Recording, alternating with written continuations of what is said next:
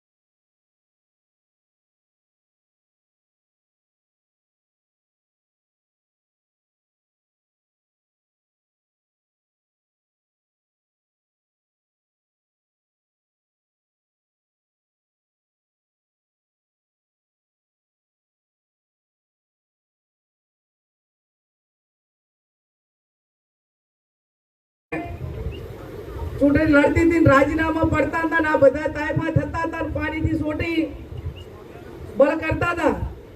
એટલે થોડુંક એવું દુઃખ લાગતું હતું કે જેના માટે મારો સમાજ હોમાઈ ગયો, હું હોમાઈ ગઈ, કોંગ્રેસ પાર્ટી હોમાઈ ગઈ। કદાચ સંજમન સંજોગે પક્ષ પલટો કરવો પડે, પણ જેની પરાકાષ્ઠ વટાવવાની હોય, પરાકાષ્ઠ ન વટાવી હોત તો ક્યાંક અમને એમ લાગોત કે અમે ભૂતકાળની અંદર એમના માટે હોમાઈ ગયા ને તો હદ નથી વટાવી, એટલો મને રાજીપો પણ રોત। પણ હું અભિનંદન આપું છું બનાસકાંઠાની જનતાને, તમને બધાને કે તમે જે વટ રાખ્યો છે અને તમે જે કામ કર્યું છે એ બધા તૂટીને પડ્યા હતા। નાથી દાઉદ એટલા દાતારા પર કોઈ વગર ઊભું ના રહેવાનું અને સમગ્ર ગુજરાતની અંદર વિરેકો રહેવાયો હતો એ બનાસકાંઠાની જનતાએ તમે બધી કરાયો છે। હવે એમને થતું હોય કે આવું ના કર્યું હોત તો સારું એમ,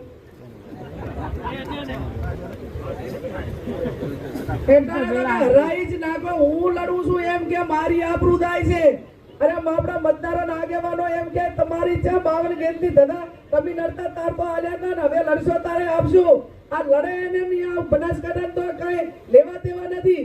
અત્યારે તમારી આબરૂ ચાલે તમે લડો એટલે અમે ભૂતકાળમાં હતા ને ભવિષ્યમાં રહેશું, આવા બધાને જવાબ આપવો પડે કે ના આપવો પડે।